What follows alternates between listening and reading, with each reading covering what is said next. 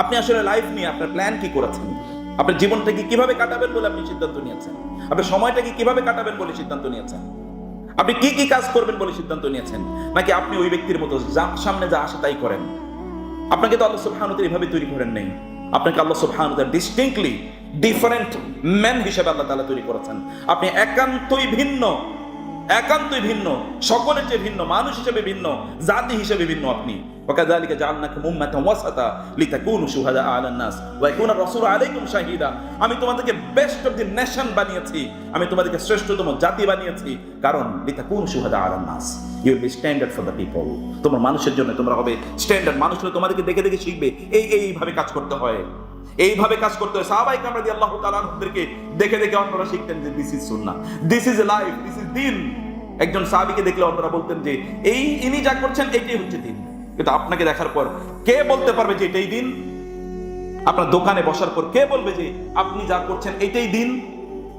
অথবা আপনি যে চাকরি করছেন তার ব্যাপারে কে আপনাকে বলবে যে আপনি দ্বীন? আপনার যে ফ্যামিলি আপনি মেইনটেইন করছেন সেটা ভিতরে যাওয়ার পর কে বলবে যে এটাই দ্বীন? না, এভাবেই করতে হয়, এভাবেই করতে। আপনার একটা কাজের কথা বলেন যে কাজের ক্ষেত্রে আপনি রাসূলুল্লাহ সাল্লাল্লাহু আলাইহি ওয়াসাল্লামকে 100% অনুসরণ করছেন।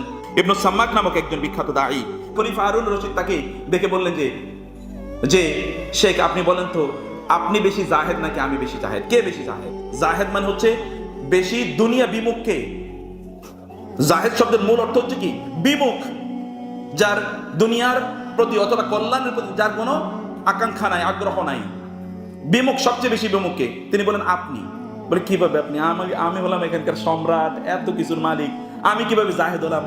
বলে আনতা তাজহাদু ফিল আখিরাহ ও আনা আজহাদু ফিদ দুনিয়া। আপনি তো আখিরাতকে মাইনাস করে দিয়েছেন, আমি দুনিয়াকে মাইনাস করলাম, তাহলে তো আপনি আমার চেয়ে বেশি জাহেদ, কারণ আপনি তো আখিরাতকে মাইনাস করে দিয়েছেন। আল্লাহ সুবহানাহু ওয়া তাআলা বলেছেন ওয়াল আখিরাতু খায়রুন ওয়া আবকা, ওয়াল আখিরাতু খায়রুন ওয়া আবকা, আর আখিরাত হচ্ছে তোমার জন্য উত্তম এবং সেটা হচ্ছে আবকা, সেটা হচ্ছে এভার লাস্টিং, ওটার কোনোদিন ফিনিশ নাই, ওটা কোনোদিন শেষ হবে না।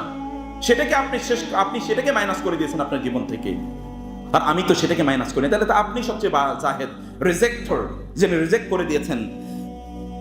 আল্লাহ সুবহানাহু ওয়া তাআলা আপনাকে যা দিয়েছেন এই দুনিয়া কেবলমাত্র আপনাকে আল্লাহ সুবহানাহু সোপান হিসেবে দিয়েছেন যেন আপনি আখিরাতে যেতে পারেন। এটা মাতায়া, এটা ভেহিকল আখিরাতে যাওয়ার জন্য, কিন্তু এটাকে আপনি আপনার গন্তব্য বানিয়ে নিয়েন না। আপনি যাবেন অনেক অনেক দূরে, আপনার ডেস্টিনেশন হচ্ছে জান্নাত।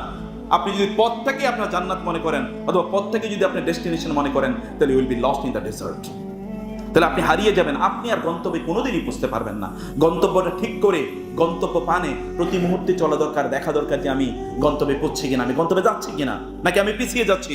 এটাকে আপনাকে দেখতে হবে, এভাবে আপনাকে জিজ্ঞেস করতে হবে। প্রতি মুহূর্তে আপনি নিজেকে জিজ্ঞেস করুন, ওয়াইদা তারাল জিবাল আল আশাম্মা মুনাফিয়ান কিমামাস সাহাবি ফাসালহু মান আরসাকা। যদি দেখেন বিশাল বড় আকাশ, বিশাল বড় আকাশে বিশাল বড় পাহাড় দেখেন, পাহাড়কে জিজ্ঞেস করুন, পাহাড় কে তোমাকে এত বড় বানালো? ওয়াইদা তারা সাখরান তাফাজ্জারা বিল মিয়াহি ফাসালহু মান বিল মিয়াহি শাক্কা সাফাকা। যদি আপনি দেখেন কোন পাথর থেকে পানি ঝর্ণার মতো প্রবাহিত হচ্ছে, আপনি দেখবেন বিভিন্ন জায়গা থেকে ফোয়ারা হয়ে পাথর দিয়ে পানি আসে, তখন ওই পাথরের সৌন্দর্য বর্ণনা করার আগে, পাথরের প্রশংসা করার আগে মহান রবকে প্রশংসা করুন। পাথরকে জিজ্ঞেস করুন, কে তোমার থেকে পানি বের করলো? তুমি তো নিজে বের করতে পারো না, কে বের করলো? ওয়াইদা রাআইতান নাহরা বিল আযবি যুলালি যারা ফাসালহু মানিল্লাযী আযরাকা। যদি আপনি মিষ্টি সুমিষ্ট পানির কোন ঝর্ণা নহরে দেখতে পান, নলকূপ থেকে পানি উঠছে মিষ্টি পানি, জিজ্ঞেস করুন নলকূপ, কে তোমাকে এত মিষ্টি পানি দিল? তুমি মিষ্টি পানি কোত্থেকে পেলে? এইভাবে তো তুমি পাওয়ার কথা না। কে তোমাকে দিল? Who is the giver, who is the ultimate giver? কে তোমাকে দিয়েছেন? আপনি জিজ্ঞেস করুন ওয়াইদা রাআইতাল বাহরা বিল মিলহিল উজাজি তাগা ফাসালহু মানিল্লাযী আতগাকা। আপনি যদি দেখেন সমুদ্র ঝঞ্ঝা বিক্ষুব্ধ সমুদ্র, তাহলে ঝঞ্ঝা বিক্ষুব্ধ সমুদ্রকে জিজ্ঞেস করেন, কে তোমাকে ঝঞ্ঝা বিক্ষুব্ধ করলো? তোমায় এত উত্তাল কেন? তখন আল্লাহর কাছে ফিরে আসুন, কারণ মহান আল্লাহ সুবহান ছাড়া আপনি কেউ বাঁচাতে পারে না। আল্লাহকে উপলব্ধি করুন, জিজ্ঞেস করুন, প্রতি মুহূর্তে নিজকে জিজ্ঞেস করুন, অথবা অন্য কিছু দেখলে জিজ্ঞেস করুন। সাতুজিবু মা ফিল কাউনি মান ইলাহি আজবুন উজাবুন লাউ তারা আইনাকা। এমন যদি আপনি যদি আপনার চোখটাকে যদি একটু তাকাতেন, তাহলে দেখতেন আল্লাহর সৃষ্টির বিস্ময়, কি বিস্ময়কর সৃষ্টি দিয়ে আল্লাহ সুবহানাহু ওয়া তাআলা আপনাকে কেবল জাগ্রত করতে চেয়েছেন। আল্লাহ সুবহানাহু ওয়া তাআলা বলেছেন আফালাম ইয়ানজুরু, তারা কি তাকায়নি, তারা কি দেখেনি আমি কিভাবে আকাশগুলোকে সৃষ্টি করেছি, আমি জমিনকে বিস্তৃত করে দিয়েছি। তাইলে তো ফাতাকুন লাহুম আইয়ু, তাহলে তাদের চোখ হতো যে চোখ দিয়ে তারা দেখতো, অথবা তাদের হাত হতো যে তাদের কান হতো যে কান দিয়ে তারা শুনতো, তাদের অন্তর হতো যে অন্তর দিয়ে তারা বুঝতো, যদি তারা চোখ মেলে তাকাতো। কিন্তু চোখ মেলে আপনি তাকাচ্ছেন না, আপনি অন্য কোনো দিক থেকে আপনি দৃষ্টি কেবলমাত্র আপনার হারামের দিকে আপনার দৃষ্টিটা গ্লুড হয়ে থাকে, সেই দিকে কেবলমাত্র আপনার দৃষ্টিতে আবদ্ধ হয়ে থাকে, যেটাকে আল্লাহ রাসূল সাল্লাল্লাহু আলাইহি ওয়াসাল্লাম বলেছেন যেটিকে মশার ডানার পরিমাণ মর্যাদা রাখেন আল্লাহর কাছে।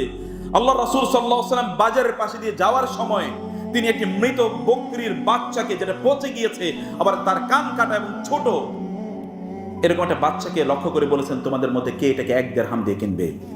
কে এটাকে 1 দিরহাম দিয়ে কিনবে ইয়া রাসূলুল্লাহ? ফ্রি নিতে চাও কে? না, এটা তো বেঁচে থাকলে আমরা ফ্রি নিতাম না, এটা দিয়ে কি করবো? রাসূল সাল্লাল্লাহু আলাইহি ওয়াসাল্লাম বলেছেন, আল্লাহ সুবহানাহু ওয়া তাআলার কাছে এই দুনিয়া এর চেয়ে অনেক অনেক বেশি নিকৃষ্ট।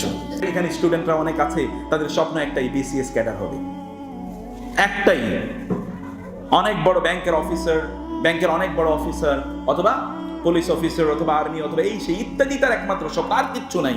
অনেক বড় চাকরি করবে, বাকরি করবে, এদের মাথায়, মগজে, মন, মানসিকতায় আল্লাহ এবং আল্লাহ রাসূলের, আল্লাহর দ্বীনের সামান্যতম স্থান নাই। জিজ্ঞেস করি দেখেন, আমি তো এরকম হাজার হাজার স্টুডেন্টকে পড়াই ইউনিভার্সিটিগুলোতে, কারো মাথায় কিচ্ছু নাই। এবং এর জন্য দায়ী কে? এই সমাজ, এই সভ্যতা, এর পাশাপাশি আপনারা দায়ী। এই যারা পরিবারগুলো হেড, আপনারা যারা বাবা এবং মা, আপনারা দায়ী। আপনাদের সন্তানদেরকে আপনারাই তো শেখাচ্ছেন যে এরকম হবে। তো ওই তো তারপরে তার বাবা মারা যাওয়ার পর কুকুর লাশ পাহারা দেবে, আর ও সম্পদ নিয়ে ঝগড়া বিবাদ করবে, করে নাই? অথবা সে নিঃসঙ্গ থাকবে, তারপরে আত্মহত্যা করবে, করে নাই? আপনি কয়জনের নাম জানেন? বাংলাদেশের বিখ্যাত এক বুদ্ধিজীবী, ইউনিভার্সিটির প্রফেসর, লাশ পড়েছিল, পচা গন্ধ বের হওয়ার পর প্রতিবেশীরা তার লাশ গিয়ে বের করেছে দরজা ভেঙে। এরকম ঘটে নাই?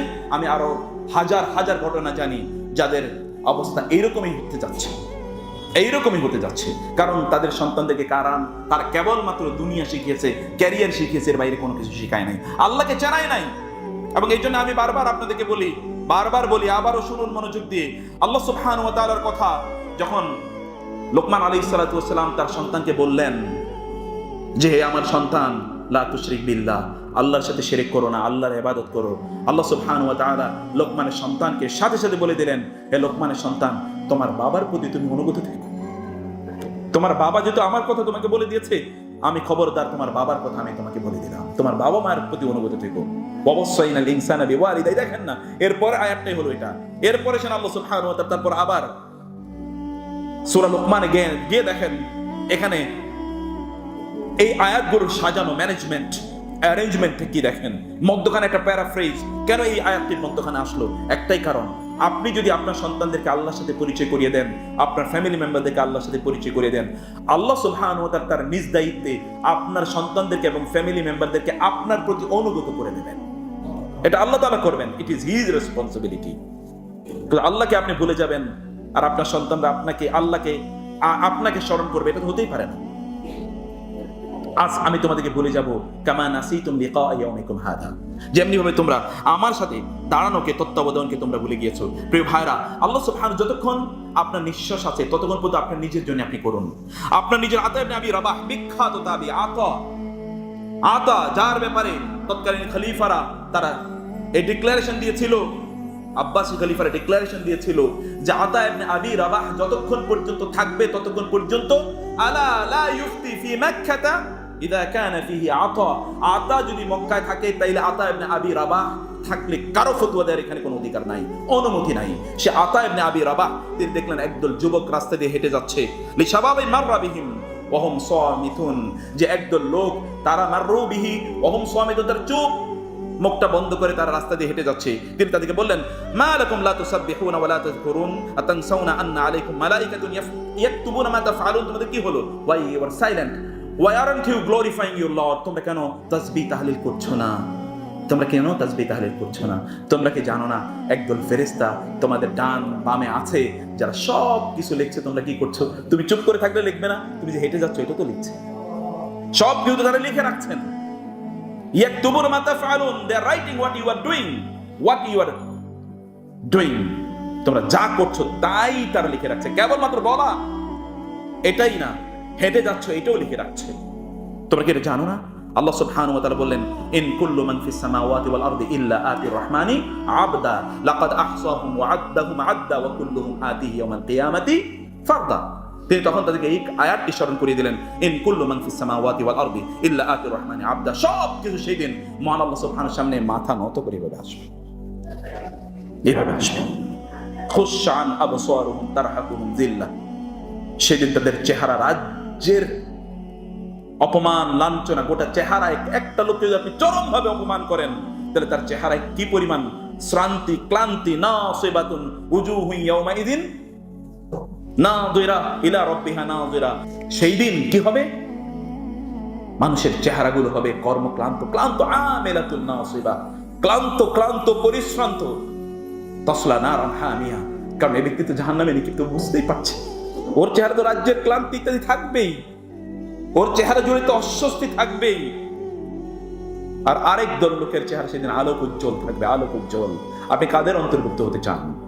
আপনি যদি দ্বিতীয় ক্যাটাগরির লোকদের অন্তর্ভুক্ত হতে চান, তাহলে সময়টাকে আপনারা এখনই কাজে লাগান, এখনই প্রত্যেকটা second, don't pass every second. Allah রাসূল সাল্লাল্লাহু আলাইহি ওয়াসাল্লাম এই জন্য বলেছেন, ওয়ালা ইয়াজালু লিসানুকা রাতবা মিন যিকরিল্লাহ, তোমার জিহ্বাটাকে আল্লাহর জিকির দিয়ে সবসময় সিক্ত রেখো। আল্লাহ সুবহানাহু জিকির করো, আল্লাহ জিকির করো। প্রিয় ভাইরা, সুবহানাল্লাহি ওয়া বিহামদি বললেই তো, 100 বার ডেইলি বললে তো অতীতে সব গুনাহ আল্লাহ মাফ করে দেন। এই রবের জন্য আপনি কৃতজ্ঞতা কিভাবে আদায় করবেন বলেন তো? আপনি যদি সুবহানাল্লাহ ওয়া বিহামদি বলেন, আপনি যদি সালাতের পরে তাসবিহ তাহলিল সুবহানাল্লাহ আলহামদুলিল্লাহ আল্লাহু আকবার 100 বার বলেন, 30 33 33 33 এবং সর্বশেষ লা ইলাহা ইল্লাল্লাহ, এই লম্বা তাহলিলটা যদি পড়েন, তাহলে তো আপনার অতীতের সব গুনাহ মাফ হয়ে যায়। আপনি এরকম রব কোথায় পাবেন? এমন রব কোথায় পাবেন? তুমি যত অপরাধ করেছো বান্দা, তুমি যদি গোটা পৃথিবী জুড়ে অপরাধ করে থাকো, আমি তোমার কাছে পৃথিবীর চেয়ে বড় ক্ষমা নিয়ে তোমার সামনে উপস্থিত হব। অতএব তুমি আমার কাছে আসো, আমি তোমাকে সব ক্ষমা করে দেবো। তোমার কি লাগবে আমাকে বলো, তোমার কি লাগবে আমাকে বলো। ফজরের আধা ঘন্টা আগে, 1 ঘন্টা আগে কি হয়? Miracle, miracle. সত্যিকারের অর্থে যদি আপনি মিরাকল বলতে চান, যেটাকে নবী রাসূলদের জন্য মুজিজা বলা হয়, যদি যেটা আল্লাহ ওয়ালাদের জন্য কারামা বলা হয়, যদি আপনি সত্যিকারে দেখতে চান, তাহলে আপনি তাইলে ফজরের আধা ঘন্টা আগে, 40 মিনিট আগে, 1 ঘন্টা আগে উঠুন, উঠে লম্বা একটা সিজদা দেন আপনার রবের জন্য, এবং চান, চেয়ে দেখেন না। কারণ তিনি তো ডেকে বলেন, তিনি ডেকে বলেন, কার অসুস্থতা আছে আমাকে বলো না। আমি এই রবের কথা যখন মনে পড়ে, তখন আমার অস্তিত্ব জুড়ে একটা শিহরণ তৈরি হয়। সুবহানাল্লাহ। ফাতাআলা আল্লাহুল মালিকুল হক লা ইলাহা ইল্লা হুয়া রব্বুল আরশিল কারীম। এই মহান রব কত মহান, কত মহান, তার এই প্রশংসা করে শেষ করা যাবে না। এই জন্য আমাদেরকে ছোট্ট করে কেবল বলতে হয় আলহামদুলিল্লাহি রাব্বিল আলামিন, কেবল এতটুকু বলতে হয় আমাদেরকে। প্রিয় ভাই, সেজন্য আমি বলছি যে আল্লাহ সুবহানাহু ওয়া তাআলার জন্য আপনার সময়টাকে আপনি সত্যিকার অর্থে আল্লাহ সুবহানাহুর জন্য আপনার সময়টাকে আপনি কাটান।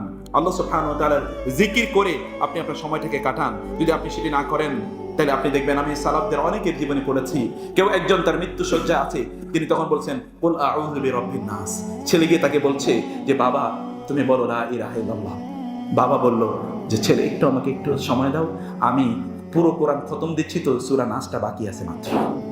মৃত্যু শয্যায় ইবাদতটা কোন পর্যায়ে হলে এরকম হয়? আমি যে হাদিসটি শুরু করেছিলাম, রাসূলুল্লাহ সাল্লাল্লাহু আলাইহি ওয়াসাল্লাম বলেছেন, যখন আল্লাহ তাআলা কোনো বান্দাকে ভালোবাসেন, তখন আল্লাহ তাআলা তাকে কাজে নিয়োগ করেন। সাহাবায়ে কেরাম বলেন, ওয়া কাইফা ইস্তামিলু ইয়া রাসূলুল্লাহ, কাজে নিয়োগ করার অর্থ কি? রাসূলুল্লাহ বলেন, ইউওয়াফিকু লিল আমালি সালিহ সুম্মা ইয়াকবিদু আলাইহি। আল্লাহ তাআলা তাকে আমলে সালেহ, ভালো কাজ করার তৌফিক দান করেন, অতঃপর এই ভালো কাজের উপরই তার মৃত্যু দেন। আপনি নিজেই বুঝতে পারেন আপনি জান্নাতের পথে আছেন নাকি জাহান্নামের পথে আছেন। আপনি নিজেই বুঝুন। একটু একাকী বসেন না, একটু একাকী বসেন, সবকিছু বন্ধ করে বসেন। গত 2 দিন 3 দিন আগে একজন সিস্টার আমার কাছে আসলো এবং আমাকে বললো যে স্যার, যখন আমি একাকী রুম পাই, তখন আমার যে এত ভালো লাগে, রুমটা বন্ধ করে আমি এত কাঁদি, কাঁদার পর আমার মনে হচ্ছে যেন আমার সব কষ্টগুলো দূর হয়ে যায়। আমি আমার রবের সামনে কাঁদি। এটা একটা বৃষ্টির মতো। আপনার গুনাহগুলো আপনাকে সাফ করতে হয়, আপনার গুনাহগুলো আপনাকে সাফ করতে হয় আপনার চোখের পানি দিয়ে। আপনার গুনাহগুলো আপনাকে সাফ করতে হয় আপনার চোখের পানি দিয়ে। যেমনি ভাবে বৃষ্টির পানি সকল ময়লা আবর্জনাকে সাফ করে ধুয়ে মুছে সব পবিত্র করে দেয়, আপনি যদি পবিত্র করতে চান, তাহলে আপনার চোখের পানি আপনি ফেলুন, একাকী ফেলুন, নীরবে ফেলুন, নির্জনে ফেলুন। কিন্তু সময় এভাবে নির্জনে কাটিয়ে দেখেন না, মজাটা কাকে বলে। মজাটা কাকে? রাজুলুন যাকারাল্লাহ খালিয়ান ফাফাদাত আইনা।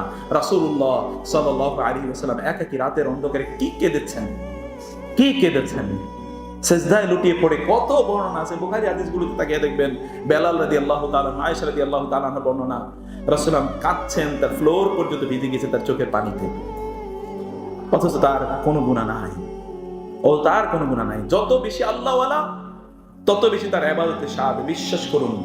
এবং যত বেশি আল্লাহ থেকে দূরে, ওই ব্যক্তির ইবাদতের স্বাদ তত কম। ওই ব্যক্তি যে ব্যক্তি আল্লাহর যত কাছাকাছি, ওই ব্যক্তি আল্লাহ সুবহানাহু ওয়া তাআলার ইবাদত তত বেশি করে, যে যত বেশি কাছাকাছি আল্লাহ সুবহানাহু ওয়া তাআলা। এখন আপনি চিন্তা করে দেখেন তো, আপনার আল্লাহর ইবাদতের ক্ষেত্রে আপনার টান কি? আপনার অন্তরে এরকম কোনো অ্যাট্রাকশন তৈরি হয় কিনা? যুবকরা যারা আছো, তথাকথিত প্রেমিকা বা প্রেমিক, তার জন্য তোমার যেরকম অন্তরটা ছুটে যায়, তোমার রব যদি তোমার কাছে এর চেয়ে বেশি প্রেমের পাত্র না হয়, তাহলে আল্লাহর কসম তুমি মুশরিকে পরিণত হয়েছো, তুমি শিরক করছো। কারণ আল্লাহ সুবহানাহু ওয়া তাআলার জন্য আনকন্ডিশনাল লাভ লাগে, আর অন্য সকলের জন্য লাভটা হলো কন্ডিশনাল। আল্লাহর জন্য ভালোবাসাটা কোনো শর্ত নাই, রাসূলের জন্য ভালোবাসার কোনো শর্ত নাই, কিন্তু মানুষের জন্য ভালোবাসার শর্ত আছে। রাসূলুল্লাহ সাল্লাল্লাহু আলাইহি ওয়াসাল্লাম বলেছেন, লা তাআতা লি মাখলুকিন ফি মাসিয়াতিল খালিক। আমাদের পিতামাতা অথবা আমাদের আত্মীয়-স্বজনদেরকে, যাদেরকে আমরা ভালোবাসি, আমাদের ভাই বোন অথবা স্বামী স্ত্রী, এটা কেবলমাত্র আল্লাহ বলেছেন বলে ভালোবাসি। এবং এটাও, এই ভালোবাসা আল্লাহর আনুগত্য, আল্লাহর ইবাদত। আর অন্যগুলো যেগুলো নিষিদ্ধ, সেগুলোর প্রতি ব্যক্তিদের টান বেশি, সেগুলোই তারা বেশি করে থাকে। আল্লাহ সুবহানাহু বলেন, আমি যদি চাইতাম তাহলে সকল কাফের মুশরিকদের জন্য মণি মুক্তা দিয়ে, দামি দামি পাথর দিয়ে আমি ওদের জন্য অট্টালিকা করে দিতাম। কারণ এগুলোর কোনো মূল্য আমার কাছে নাই। এগুলো মাতাউল হায়াতিদ দুনিয়া, এই দুনিয়ার জীবনের প্রচন্ড নোংরা তুচ্ছ সামগ্রী, যেগুলো লেফট ওভার, ইংরেজিতে বলে লেফট ওভার, যেগুলো আপনি ময়লা আবর্জনা হিসেবে এগুলো আপনি ডাস্টবিনে ছুঁড়ে ফেলে দিয়েছেন, তার চেয়ে কম মর্যাদা এগুলো আল্লাহ সুবহানাহু ওয়া তাআলার কাছে। এই জন্য আল্লাহ সুবহানাহু ওয়া তাআলা চাইলে সবাইকে এরকম অট্টালিকা বানিয়ে দিতেন, কিন্তু আল্লাহ তাআলা আমাদেরকে ফিতনায় ফেলতে চান না। এই জন্য আমাদেরকে আল্লাহ সুবহানাহু কিছু দিয়েছেন, কিন্তু আল্লাহ সুবহানাহু তো পরমভাবে ভালোবাসেন, তো এই জন্য আপনাদেরকে আল্লাহ সুবহানাহু দেন না। তার মানে আমি কথা বলিনি যে যাদের সম্পদ আছে তারা আল্লাহর কাছে ঘৃণিত, তাদের সম্পদ আছে আল্লাহর কাছে ঘৃণিত নও। ওমর রাদিয়াল্লাহু তাআলা আনহু সম্পদ থেকে কেঁদেছেন, তারপরে তিনি আবার হেসেছেন, কিন্তু সম্পদ থেকে কাঁদা, তিনি বলেছেন এর মধ্যে ফিতনা আছে, কিন্তু আমি এগুলোকে কেবলমাত্র আল্লাহর দ্বীনের জন্য ব্যয় করবো, এই জন্য আমার পরিতৃপ্তি আছে। আল্লাহর দ্বীনের জন্য আমি এগুলোকে ব্যয় করবো, এই জন্য আমার পরিতৃপ্তি। এবং তা তিনি করেছেন সবার মাঝে, সেগুলো তিনি ডিস্ট্রিবিউশনের পলিসি তৈরি করেছিলেন। যারা বদর যুদ্ধে জন্ম করেছিল তার জন্য তিনি 5,000 দিরহাম তিনি নির্ধারণ করে দিয়েছিলেন, এবং তিনি এইভাবে ডিস্ট্রিবিউশন করে দিয়েছেন। প্রেভারে যে কথা আমি লাস্টে যে কথাটা আমি বলতে চাই আপনাদেরকে, তাহলে যে আপনি আল্লাহ সুবহানাহু ওয়া তাআলাকে ভয় করে আল্লাহ সুবহানাহু ওয়া তাআলার জন্য যদি আপনার জীবনটাকে আপনি ব্যয় করতে পারেন, তাইলে আলী রাদিয়াল্লাহু তাআলা বলেছেন, ওয়ালাদাতকা উম্মুকা ইয়া ইবনা আদম বাকিয়া ওয়ান নাসু হাওলাকা ইয়াদহাকুনা সুরুরা। তোমার মা যখন তোমাকে জন্ম দিয়েছিল হে বনি আদম, তখন তুমি কাঁদছিলে, তোমার চারপাশের লোকেরা তোমার আগমনে হাসছিল, তোমাকে দেখে তারা হাসছিল। ফাহমাল লিয়াউমিকা আন তাকুনা ইযা বাকাউ ফি ইয়াউমিল মাউতিকা দাহিকান মাসরুরা। তাহলে তুমি এমন হও, যেদিন তুমি মারা যাবে সেদিন তুমি হাসছো, কিন্তু প্রিয়জনরা তোমাকে হারিয়ে কাঁদছে। এরকম হও, তুমি এমন হও। সেদিন আমাকে একজন বলছিল, ধানমন্ডির এক বাসিন্দা, he is already octogenarian, he is already over 80। তিনি বললেন যে আমার আত্মীয় স্বজন কেবলমাত্র প্রতিদিন দোয়া করে কবে যেন আমি মারা যাই, আমি মারা যাওয়ার পরে ওরা আমার বাড়িটা ভাগ করে নিতে পারবে। আমি বেঁচে আছি, এটা ওদের জন্য প্রচন্ড একটা দুঃখের সংবাদ। This is what happens. এটাই ঘটছে। এই জন্য আল্লাহ সুবহানাহু ওয়া তাআলাকে আপনি যদি সামনে রাখতে পারেন, তাহলে আল্লাহ সুবহানাহু ওয়া তাআলা কিভাবে আপনাদের সব কিছুকে সহজ করে দেবেন সেটি আপনি বুঝতে পারবেন। আল্লাহ সুবহানাহু ওয়া তাআলা আমাদেরকে বুঝার তৌফিক দান করুন।